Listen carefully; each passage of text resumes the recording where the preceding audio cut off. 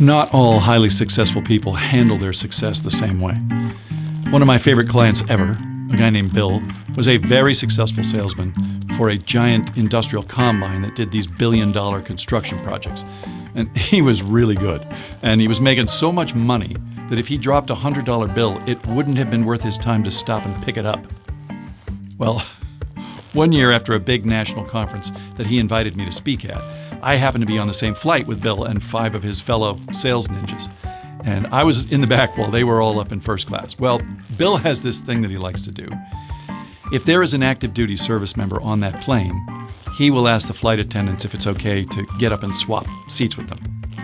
He doesn't make a big show of it, it's just something he does because he's awesome. Well, the thing about these salespeople is that they are very competitive. So after this young Marine had come up and taken Bill's seat in first class, well, another one of the sales ninjas came back and swapped places with a young gal in the Army.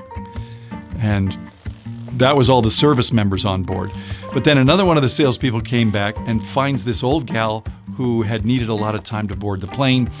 And when she turned down swapping seats because she didn't want to leave her daughter behind, who was her caregiver, well, the saleswoman who had come back, she goes back up to first class, and then she returns with her buddy, so both the young woman and the older gal could move up.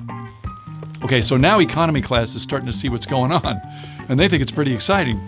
And when the last 2 of these salespeople came back looking for people who deserved to go up, well, there was a lot of that, pick me, pick me.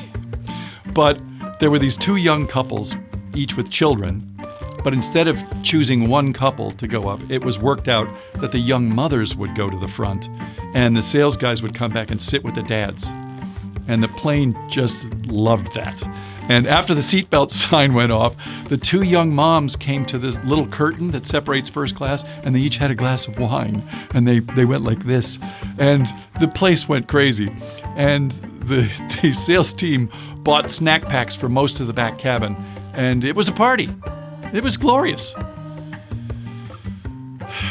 2 of those salespeople, they don't fly first class anymore. Oh, they buy the tickets. They just don't use the seats.